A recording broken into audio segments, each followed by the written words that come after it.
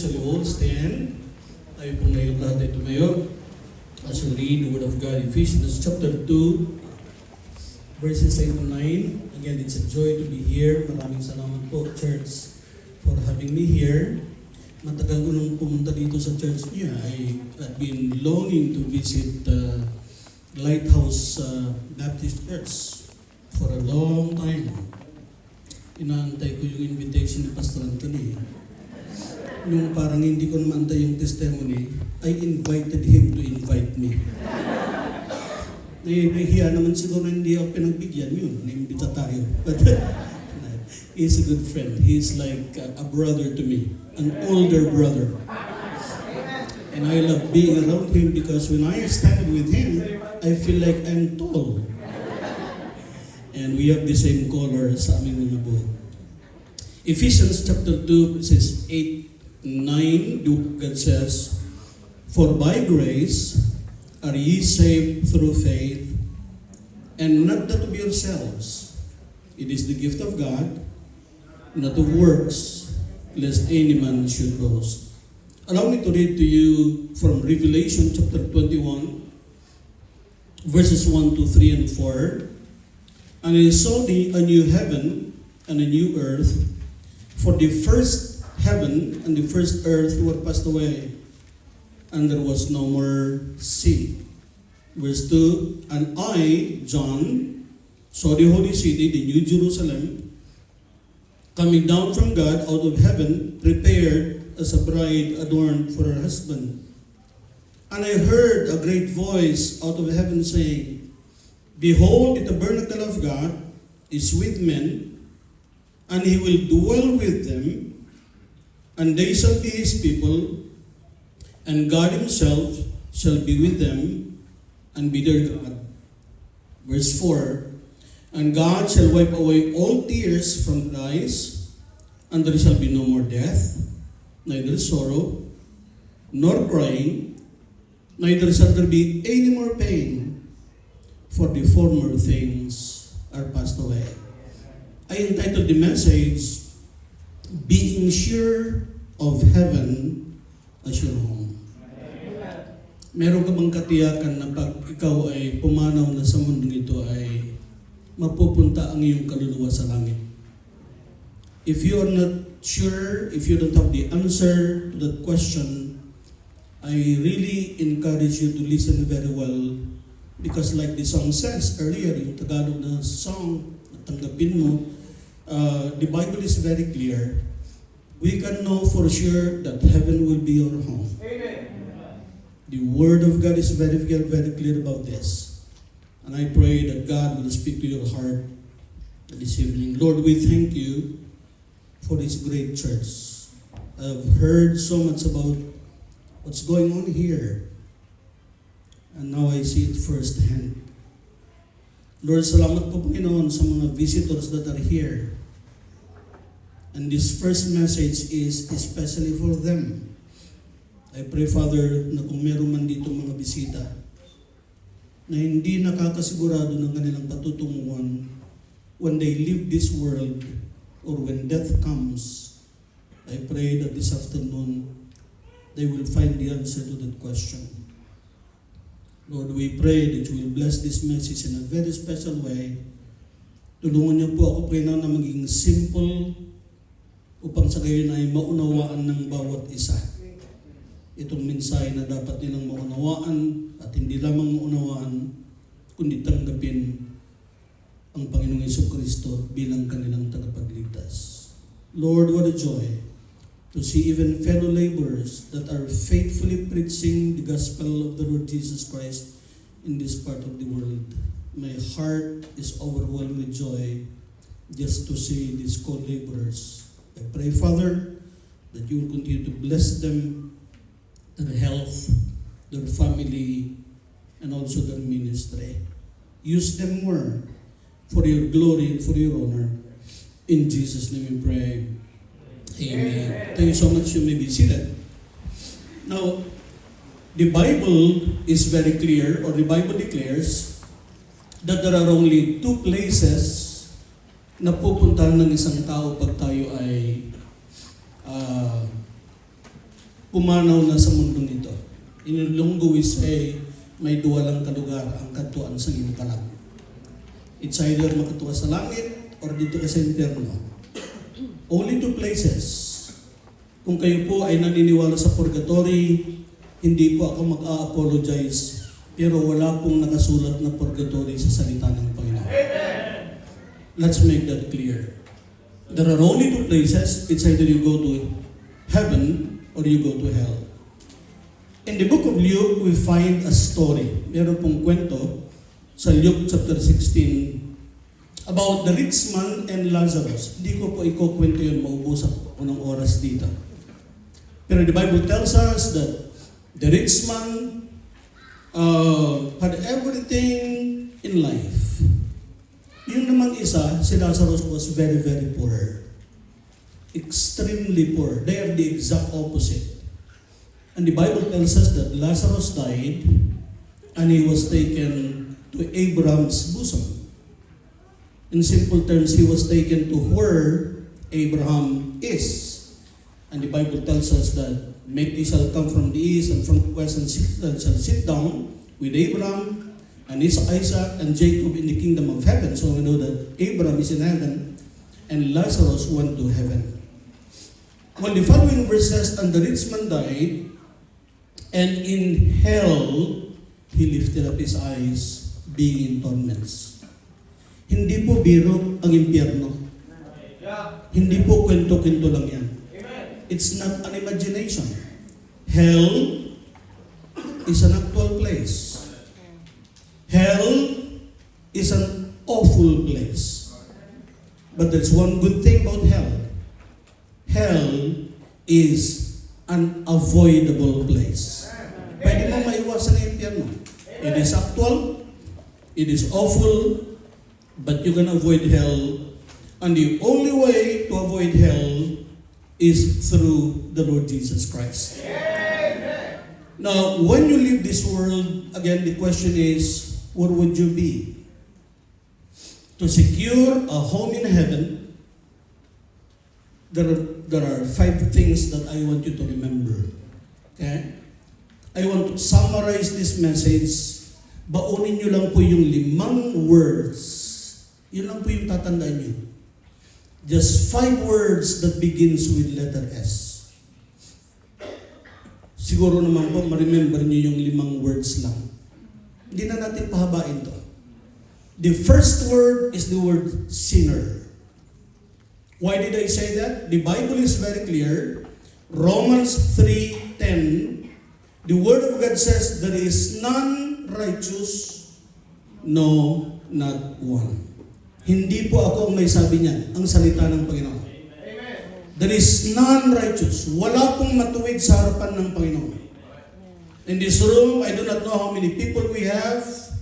As far as God is concerned, there is not one single person that is righteous in the sight of God.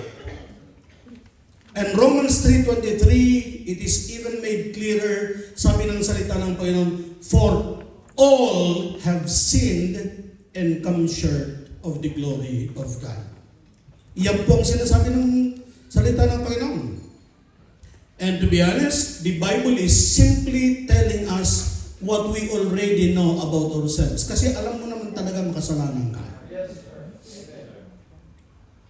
In the 45 years that I have been in the ministry by the grace of God, isa lang ang natatandaan ko na tao na hindi siya umamin na siya ay makasalanan. Ako po ay dating teacher ng mga deaf. One of the ministry that I started in Iloilo is the deaf ministry. When I started teaching the deaf back in 1981, I started with 13 deaf kids, mixed yung edad. So I was telling them the story of Adam and Eve. This is designed for Adam and this is designed for Eve. So to make the long story short, yung sinabi ng Panginoon, this is God, told Adam, do not eat of the fruit of this one tree. All the other fruit trees, you can freely eat. But yung tree of knowledge of good and evil, wag nung kakainin yan. Because in the day that you eat the fruit of this tree, you will surely die. So I was telling them the story, and the deaf were just listening. You know, they were nodding their head. And so I told them one day, Eve was walking around, and just do the sign without talking to see if you understand. Ano ito?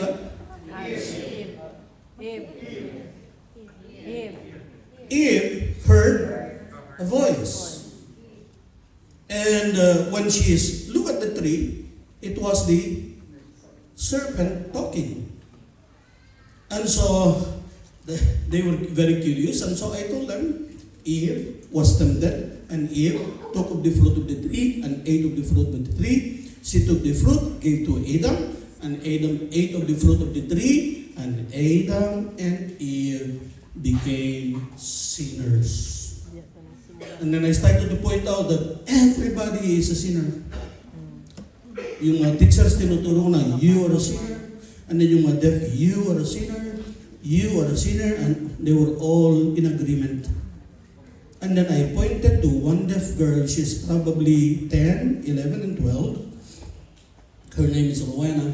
And I said, you are a sinner. And you can tell by her gesture, hindi siya nag-agree na siya ay makasalanan. I said, yes, you're a sinner. All or everybody is a sinner. She said, I said, yes, you're a sinner. And then she said, that's no. Meaning, I am not a sinner. And I said, why? And then she said, I did not eat of the fruit of the tree. And so, but she was very, talagang napaka-serious niya. And so I explained again the Word of God, and finally she said, and she accepted the Lord Jesus Christ as her Savior. Kayo, kung tatanungin kayo isa-isa, aamin ka ba na makasalanan ka? Aamin ka ba na ikaw ay sinungaling? Nakapagsinungaling? Sino sa inyo nakapagsinungaling na? Taas ng kamay. Yung mga hindi nagtataas ng kamay, nagsinungaling na naman ulit kayo. Because the Bible is very clear, all men are liars. So the first thing that you must realize, in order for you to enter the kingdom of God, in order for you to have heaven as your home, the first thing that you must realize is that you are a sinner. I can hear you. You are a sinner. Number 2, mabilis lang tayo. Blessed is the preacher that preaches short because he will be invited again. Second is the word separation. Separation. First, we are sinners. Secondly, the Bible says that we are separated from God. In Romans chapter 6, verse number 23, the Bible says, for the wages of sin is death. Alam niyo anong basic meaning ng word na death? It means separation. There is physical death. Pag namatay ka, hihiwalay yung immaterial element mo sa material element mo, which is your body. So kahit na i-open yung katawan mo, even if you will be embalmed, your body will not react. Why? It is already separated from your soul and spirit. Meron ding spiritual death. We are separated from God because of sin. Nahiwalay ka sa Panginoon dahil sa kasalanan. And if you die without being reconciled with God, pupunta ka dun sa number 3, eternal separation. You will be in hell because you are a sinner, and God will be in heaven, and you will be separated from God for all of eternity. You know what is the saddest description of hell? Yes, the Bible says that in hell, the fire is not quenched. Hindi po namamatay ang apoy doon. But the saddest thing about hell is Matthew chapter 25 verse number 46, the Bible calls it everlasting punishment. Kapag ikaw po ay nasa impyerno, hindi ka magbabakasyon doon. It's not only 1 week or 1 month or 1 year or 10 years or 50 years or 100 years. If you go to hell, you burn in hell for all of eternity. Amen. Picture nyo po sa Isipan niyo yan. Yung nasa impyerno ka. Yung sinabi natin kanina, yung rich man, the Lord Jesus Christ told that story. And as far as we know, that's already 2,000 years ago. And until now, that rich man is still burning in hell. Why? Because hell is forever. Meron po akong narinig na story ng missionary namin sa Iloilo. Missionary Rick Martin, binasa niya po yung story galing sa isang newspaper. So, totoong story po yun. May isa pong young man, I think he was either 18 or 21 years old. He is Chinese. And he is fond of drinking. His name is Chen, C-H-E-N. He is fond of drinking. And one time he went out with his friends and they drinking spree. And then when he went home, he collapsed. Nung siya po ay nag-collapse, ang akala po ng mga relatives, patay na si Chen. Because pinakiramdaman yung pulso dito, wala siyang pulso. Pinakiramdaman yung pulso niya dito, wala siyang pulso dito. And so they came to the conclusion that he was dead. You know what they did? They made a box, put his body, placed his body in that box, and they buried him. The authorities found out that somebody who died was buried, and it was not allowed because the practice was cremation. Inuunta nilang family, they said, "You're not allowed to bury your dead." And so they said, what should we do? Well, we need to dig the body and ang tawag doon, mahina ang signal dito hindi makaano yung i-cremate. Okay? And so they did. They dug the body. When they opened the box, the body that was placed in that box, nakaiga siyang ganun, but when they dug the body and they opened the box, they found Chen in a sitting position. Kung sa Ilocano pa, adula o na iti saluksok na James Imanan. Yung damit niya, punit-punit na. Yung box, nakita nila may mga scratches na. They figured out Chen was buried alive. May oxygen pa naman dun sa labi. Can you imagine if you are Chen? You are inside that box and you open your eyes and you cannot see anything. It's dark. And then he tried to feel his surroundings and he was in a box.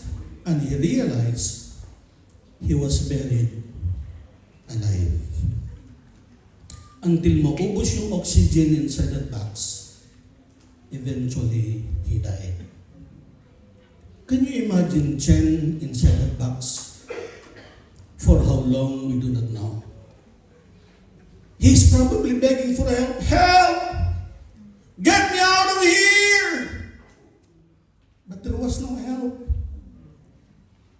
Until he eventually died. And the saddest thing about his story was that when he died, he went to a place called hell. And until now, he is crying for help.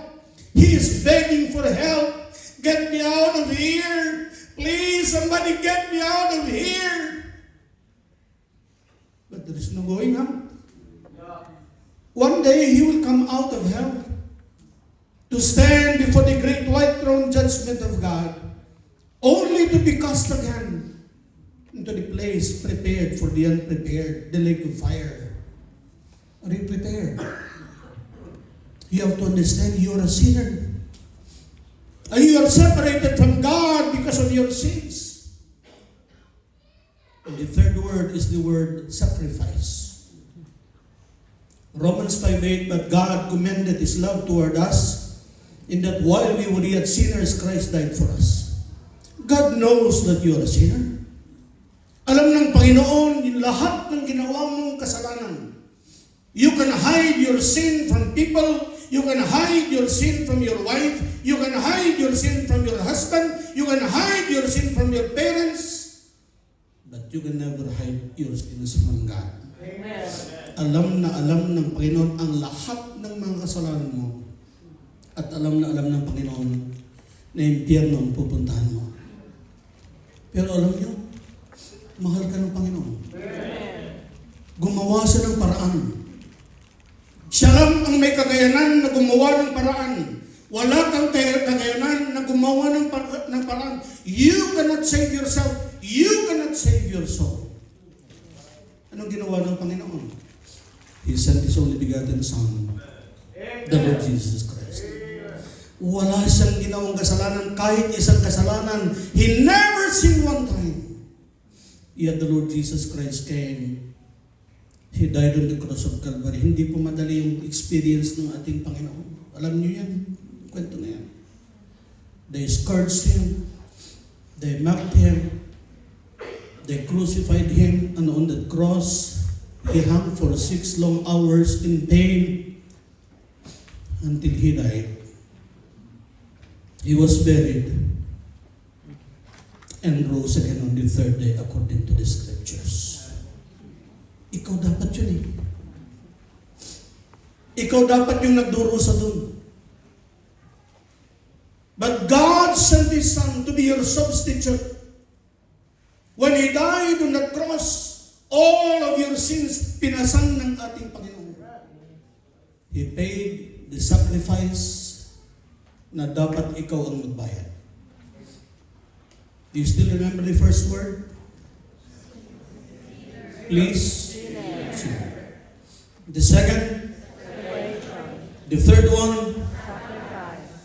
And because of what the Lord Jesus Christ did, the fourth word is salvation. Now you can be saved. Romans 10:9, the Bible says here, ilagay niyo yung Romans chapter 10 verse number 9. Pakinggan niyo. Hindi po ako nagsasabi nito. If this is my word, wag niyo akong paniwalaan. But this is the very word of God. He said, if thou shalt confess with thy mouth the Lord Jesus, and shalt believe in thine heart that God hath raised Him from the dead, thou shalt be saved. Ito po yung problema. Because all of you believe in Jesus. Pero alam niyo ang problema niyo? Yung belief niyo sa Panginoon Jesucristo dito lang sa ulo. You believe in Jesus. If I ask you, do you believe in Jesus? Do you believe He died? Do you believe He was buried? Do you believe He rose again? All of you will be saying yes. Pero alam niyo, hinahanap ng Panginoon? If thou shalt confess with thy mouth and shalt believe in thine heart. It's not just mental assent. And shalt believe in your heart that God hath raised Him from the dead. Look at this. Thou shalt be. Hindi po niya sinabi na maybe you will be saved. Barang maisalakan kayo. Basik, maluwas ka. Pagtuo ka kang Jesus, tingalig, maluwas ka. Dili. Ano sabi? Thou shalt be saved. Ano pong ibig sabihin nun? You put your trust, your absolute trust in the Lord Jesus Christ and in Jesus Christ alone. Ito po yung dapat nyo gawin. Before siguro kayo pumunta dito, kung tatanungin ka, paano ka maliligtas? Magpakabait ka, huwag kang gumawa ng kalokohan sa ibang tao, magsimba ka, magpabaptize ka, magbigay ka, ang dami mong lista. Ngayon at narinig mong tungkol sa Panginoon, dinagdag mo ang Panginoon dun sa listahan mo. Hindi po pwede yun. Ang ibig sabihin, when you receive the Lord as your personal Savior, you let go of everything. It's not your church. It's not your good works. It's not your commandment. It's not Mama Mary. It's only the Lord Jesus Christ. Amen. If you believe in the Lord Jesus Christ plus Mama Mary, impyerno labas mo. Kasi very clear ang sinabi ng salita ng Panginoon. Romans 10:13. Look at this. For whosoever, that is all-inclusive. Yan ang maganda dyan yung whosoever. That means kasali ka dyan. Pastor, hindi mo alam yung kasalanan ko. You have no idea of my sins. I don't care about your sins. The Word of God says, whosoever shall what? Shall call He did not say whosoever is baptized. He did not say whoever obeys the commandment. He did not say whoever believes in Mama Mary. Whosoever shall call. That means whosoever shall trust in the Lord Jesus Christ. Whosoever believes in the Lord Jesus Christ. Upon the name of the Lord. Ano yung promise? Shall be. Hindi po sinabi na maybe you will be saved. Hindi po sinabi na hopefully you will be saved. Ang ganda po ng promise. You will be saved. 100%. Alam nyo, ginawa ko yan when I was 15, October 8 of 1976. Okay. Huwag nyo na pong computing yung edad ko. Sabihin ko ng party kayo niya. I'm 63. No. October 8, 1976. I was attending a Christian school. We had a Bible emphasis week. Ilonggo preacher came. I am an Ilocano. My mother is from Davao. That day, I heard the gospel. Kilala ko na si Jesus dito kasi umaating kami ng church, walang maliliit kami. Protestante kami. President na ako na yung youth group namin eh. I was even the president of our youth group. I had the Lord Jesus Christ here, but I did not have Him in my heart. When somebody told me what I'm telling you now, I accepted the Lord Jesus as Christ as my Savior. Amen. And anytime I die, when I go back to Qatar tomorrow and the plane goes down, I'll be in heaven. Amen. How do I know? The Word of God. Amen. What's the first word? Second? Third? Fourth? He is offering salvation. Hindi mo kailangan bayaran yan. Let me ask all the visitors to please stand. Tumayo nga lahat ng mga bisita. Maghahanap ko ng bibigyan ko ng regalo eh. Lahat ng mga bisita, tumayo kayo. Kung kayo ay ipinanganak, except sa buwan ng November, maupo po sila. Kapag kayo ay ipinanganak ng November, remain standing. Kung January ka, February, March, April, May, June, July, August, September, October, at saka December, umupo kayo. Iisa lang? Napakaswerte niyo naman. Kasi kung marami kayo, ang tatanungin ko, yung pinakamalapit sa birth date ko. Ma'am, halingin dito. Amen. Amen. Lapit po sila. Sana talaga. Ano ba dito? Ma'am, yung sobre ko nandyan lang. Yung sobre, pwede makahingi isa. Panood. Hindi ko po alam na mapupunta sa inyo ito. Amen. Oo. I did not have an idea kung sino yung mapalad na makakakuha nito. Maliban po rito, meron pa kayong... Baka may matindi kayong pangangailangan. Bakit kayo?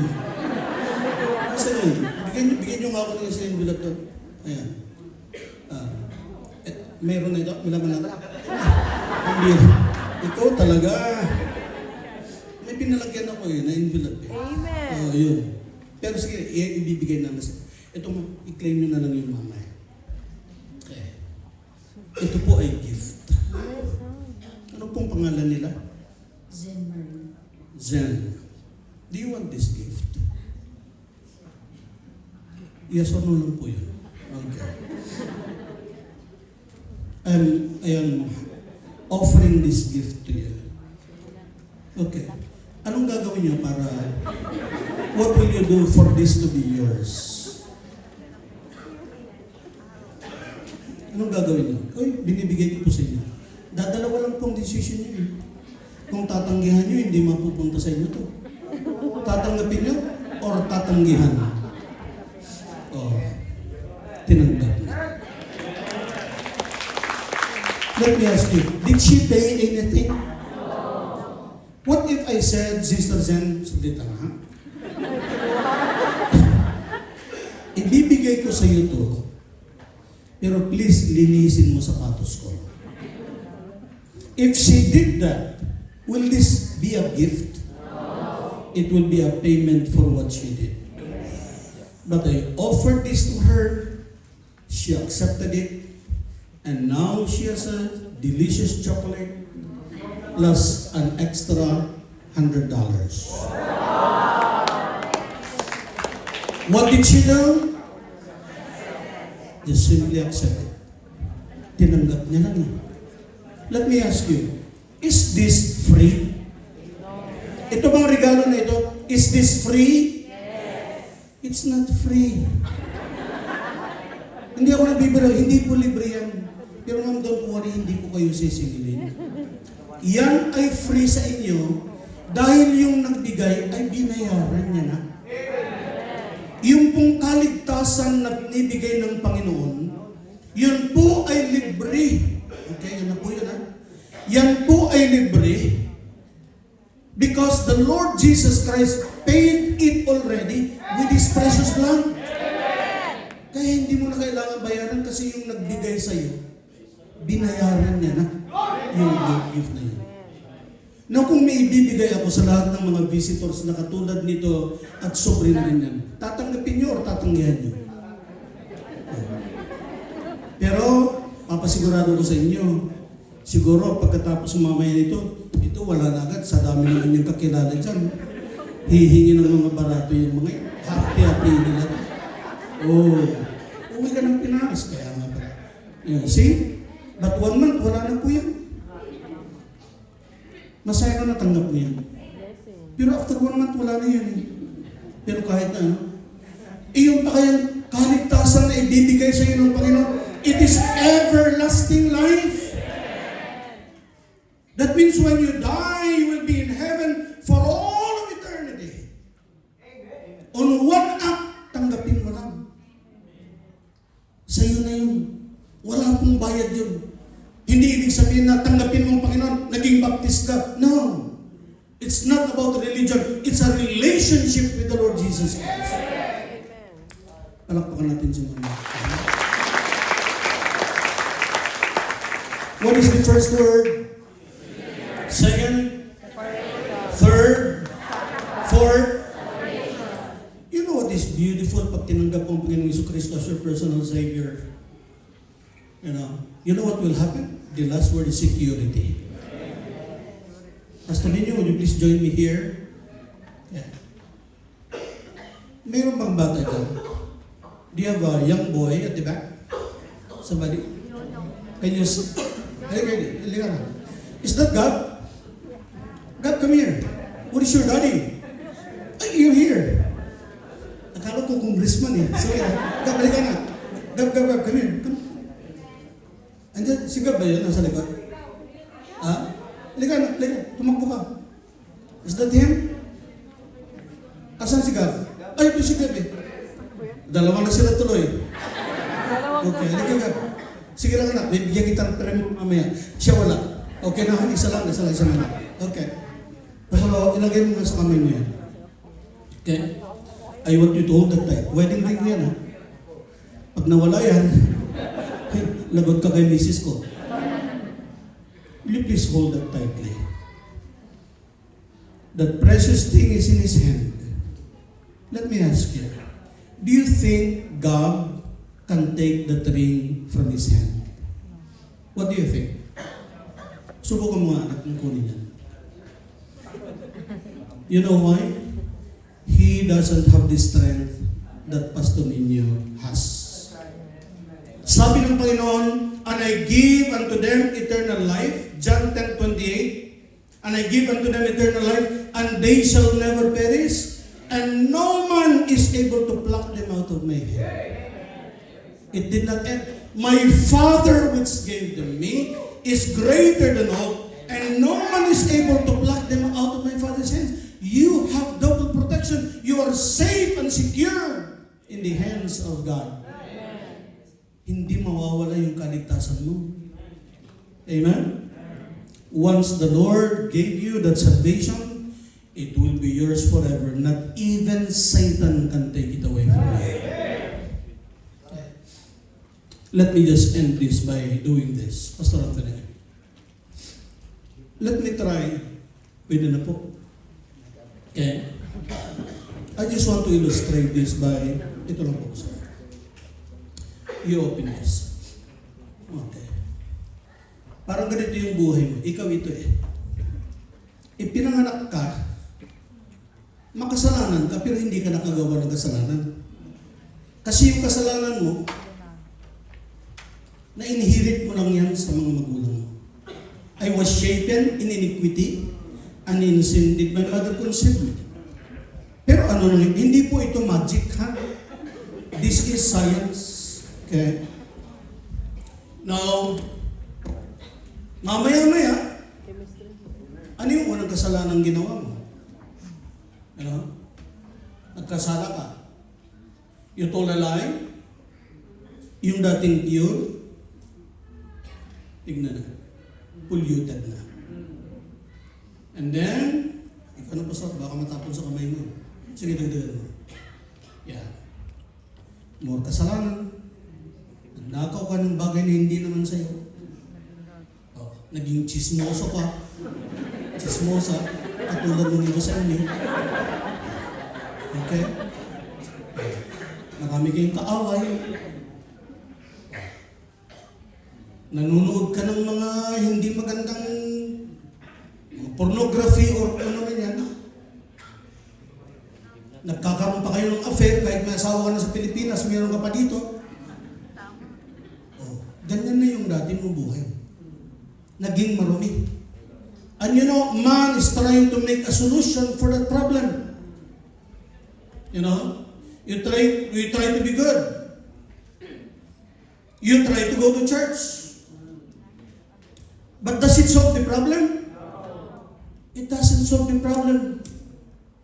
Because none of the things, sabi nga ng Bible, not by works of righteousness which we have done. Nalilinis yan, hindi sa pamamagitan ng ating mabubuting gawa. There's nothing you can do about your sin problem. You know?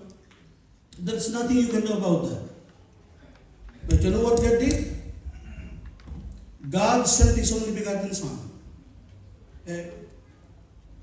At pag tinanggap mo ang Panginoong Jesucristo sa buhay mo, I want you to watch closely. When you receive the Lord Jesus Christ, what happens?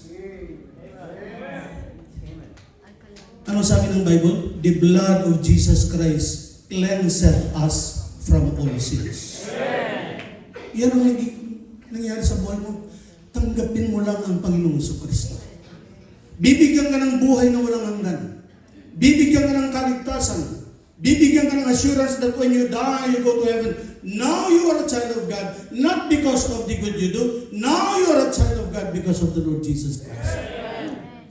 Ang tanong is this, after mo bang tanggapin ang Panginoon, makakagawa ka pa ba ng kasalanan o hindi na?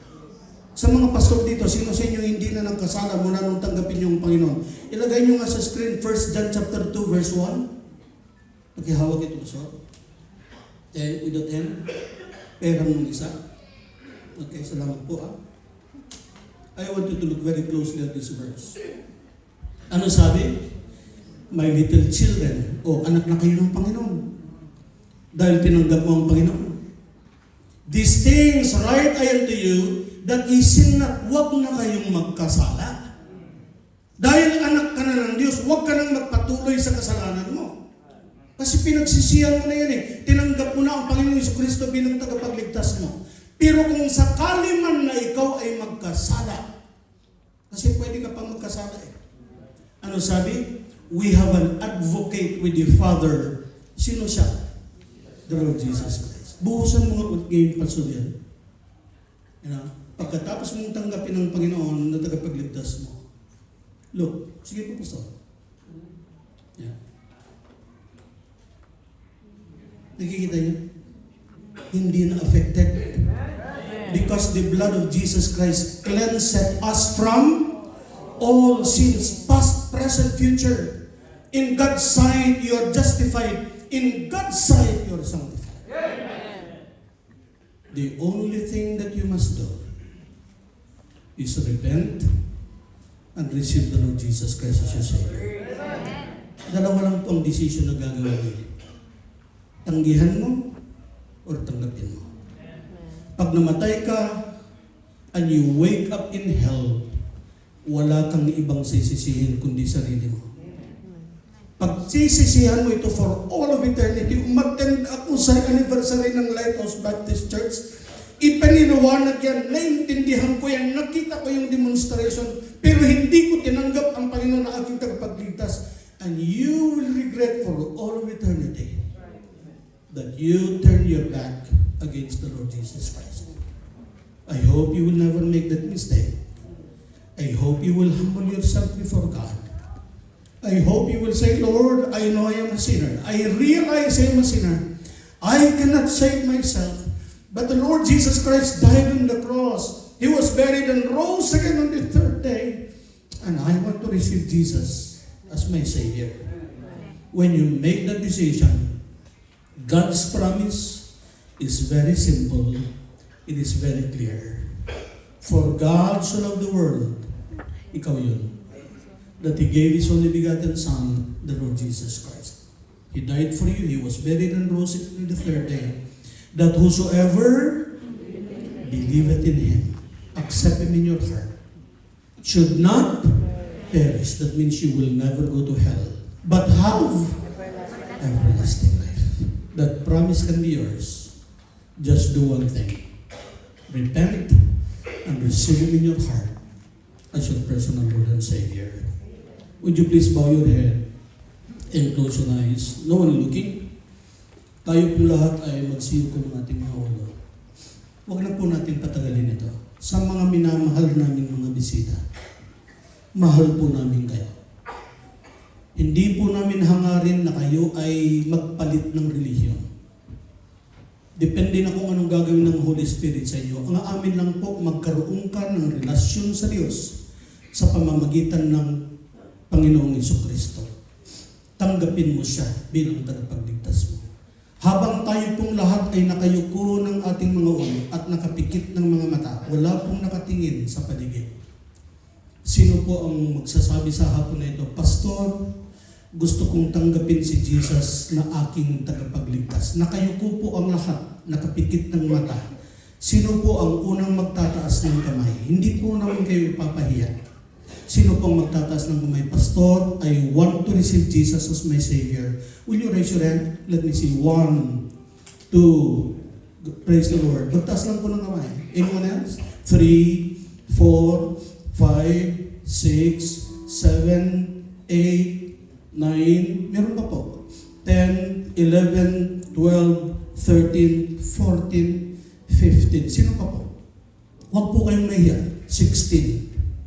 Huwag niyo pong ikahiya ang Panginoon. No, this is the best decision that you will ever make in your entire life. Pwede na pong ibaba. Itaas lang po ng sakit at ibaba. Sino pa po ang nais tumanggap sa Panginoon? Is there anyone else? Mahal po namin kayo. Pero hindi namin kayo kayang mahalin katulad ng pagmamahal ng Diyos. Is there anyone? Sino pa po yung nais tumanggap sa Panginoon? Natatapos na po tayo. Meron pa po? Is there anyone who would like to receive the Lord as your Savior? No? Just bow your head. Hayaan niyo po yan. Ayaw ni Satanas itong nangyayari. Pipigilan niya kayo. Meron pa po ba sa mga bisita? Pastor, nais kong tanggapin ang Panginoon na aking tagapagligtas. Is there anyone else? Raise your hand. Is there anyone else? Pakitaas po ng kamay. Is there anyone else? Yung pong mga nagtaas ng kamay, can I make another request? Kaya yun po rin. Yun po lang po kayo. Just bow your head and close your eyes. No one is looking. Yung pong mga nagtaas ng kamay, pwede po ba kayong tumayo para mag-pray po tayo? Everybody just bow your head. Wala pong nakatingin. Kung totoo po yung decision nyo, kayo po ay tumayo. Para po tayo ay mag-pray. Ito po yung tinatawag natin na sinner's prayer. Ito po yung prayer ng isang makasalanan na kinikilala mo na ikaw ay makasalanan, wala kang kakayanan na iligtas ang sarili mo, at kinikilala mo na ang Panginoong Jesucristo lang ang makakapagligtas sa iyo. Tayo po, yung mga nais tumanggap sa Panginoon. 1, 2, 3, 4, 5, 6. 1, 2, 3, 4, 5, 6, 7, 8, 9, 10, 11, 12, 13, 14, 15. I think yung iba pa dyan. Tayo po ay mag-pray. Yung mga nakatayo, sumunod po kayo sa prayer na ito. Pero sa isang condition po, habang kayo po ay sumusunod sa prayer na ito, ariin niyo po itong prayer na ito ay nanggagaling sa puso niyo. It should be a sincere prayer coming from your heart. Sumunod po sila sa prayer na ito. Sumunod po kayo. Panginoon, alam ko po na ako ay makasalanan at wala akong kakayanan na iligtas ang aking sarili mula sa impyerno.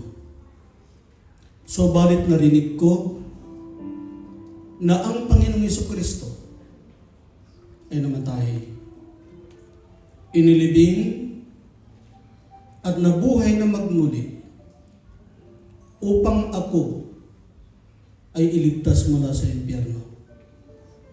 At sa oras na ito, ako ay sumasampalataya sa Panginoong Jesucristo at sa Kanya lamang bilang aking tagapagligtas. Panginoon, pumasok ka sa aking puso. Patawarin mo ako sa lahat ng aking mga kasalanan. Ito ang aking dalangin sa pangalan ni Jesus. Amen. Manatili ang lahat na nakayuko, nakapikit. Yung pong nakatayo ngayon na nag-pray, gusto ko po kayong ipag-pray. Kung pwede pong natin silang tulungan na lumapit dito sa harap, yung mga members. Can we please bring them to the front? I'd like to pray for them. Yung mga tumanggap po sa Panginoon, hali po kayo rito sa harap. Ipag-pray po natin kayo. Magpapasalamat tayo sa Panginoon dun sa decision na ginawa nyo. Kapag kayo ay totoong tumanggap sa Panginoon, hindi po nakakahiya yan. Ang sinasabi po ng salita ng Panginoon that all the angels of heaven is rejoicing kung may isa lang na magsisi sa kanyang kasalanan at tumanggap sa Panginoon. Kayo pa kaya napakarami niyo. Lapit po kayo rito sa akin. Tayo po ay mag-pray. Lumapit po sila kung maaari po. And we will ask our beloved pastor, Pastor Anthony, to please come and just pray for this. Pag-pray po natin sila. Kasi alam po natin na si Satanas hindi po siya masaya sa decision na kanilang ginawa. Mamaya-maya may gagawin si Satanas upang ma-discourage sila sa kanilang decision na ginawa. So kailangan natin silang ipagdasal upang sa gayon ay hindi magtagumpay si Satanas sa kanyang layunin sa buhay ng mga mananampalatayang ito. Pastor Anthony, will you please lead us in prayer? Ama naming Diyos, salamat. Kumilos ka muli at nangusap ka sa mga bisita po namin. Maaaring po yung mga nanalangin ay nahihiya, nakaupo sila sa kanilang mga lugar.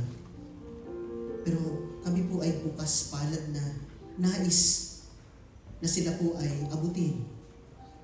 At sila po ay akayin sa pananampalataya kay Kristo. Salamat po sa mga nanalangin na to na inyong mga anak. Dahil dito, O Diyos, pinangakuan mo sila ng buhay na walang hanggan at kailanman ito'y hindi mawawala sa kanila magpakailan-kailan pa man.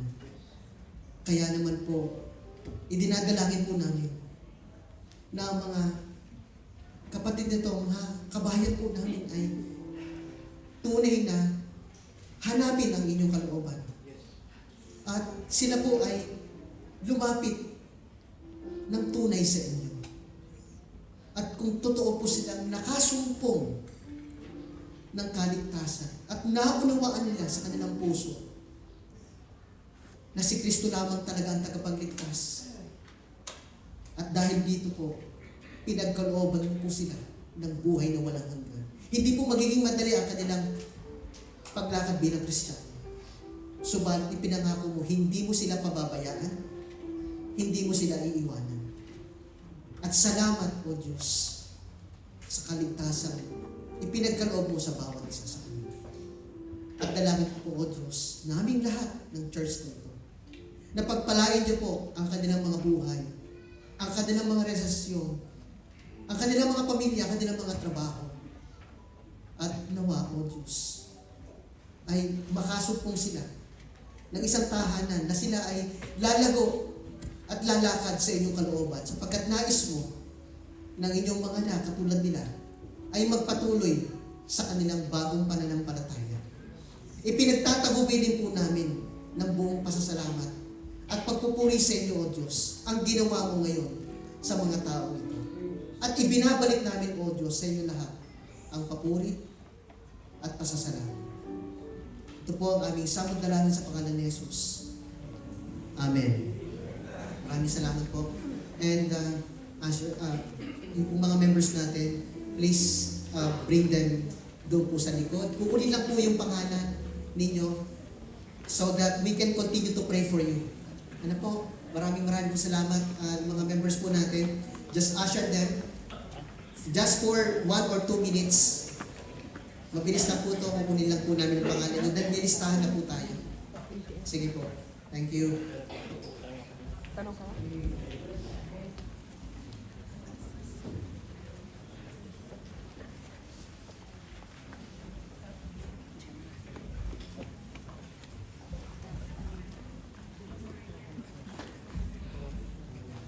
Dito, sama ka dito. Natuman ito mga kasawa natin mga upit na kasunod. Ngayon sila yung tawag natin. Bayo na siya. Let's just have a moment of silence. Just let us give them only for, just for 2 minutes. Members, just get their names. Yun lang po ang kailangan natin kunin sa kanila. Because we already have their names.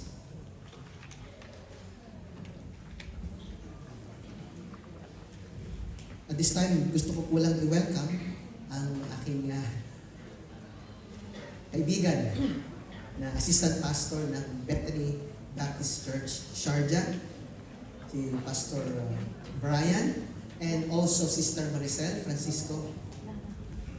And ganun din po si Sister Mirna, at wala lang po si Pastor June Tatlong Maria. But we welcome you and thank you so much for coming to our church. Maraming po salamat.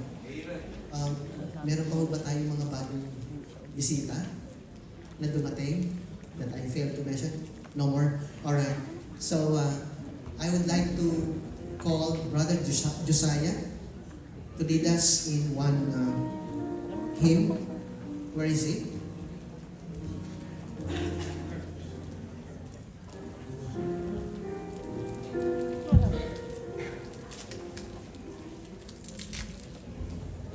Alright, sige ako na lang po. I'd like all of us to please stand up as we're going to sing this hymn, Victory in Jesus. Pasalamat tayo sa Panginoon. And He worked in our midst. Several people came to know the Lord. And after po ng mamaya po, meron pa tayong second part. Please approach any one of us or approach me if you need any thing from us. So, let's sing the first verse of this hymn.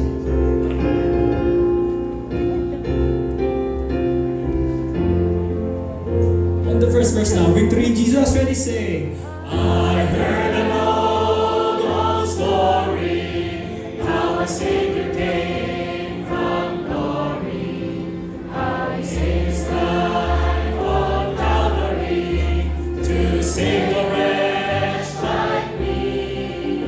I heard about His groaning, of His precious blood atoning, and I repented of my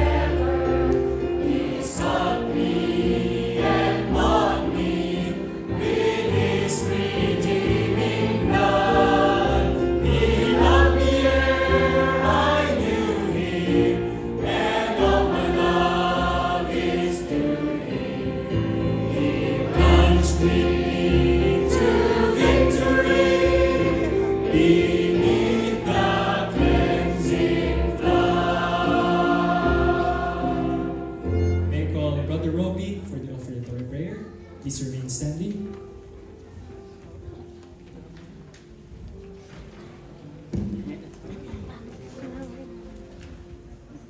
Let us pray.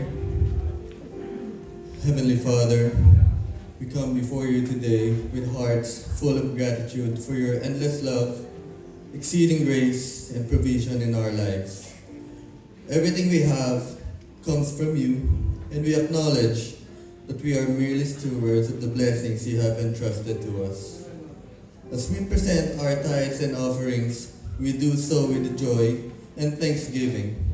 May these gifts be used for the expansion of your kingdom, to bless those in need, and to bring glory to your name. Teach us not to give not out of obligation, but out of a heart that desires to honor you. Please bless those who are able to give and those who may not be able to give right now. Provide for every need. O Lord, strengthen our faith and remind us that you are always faithful.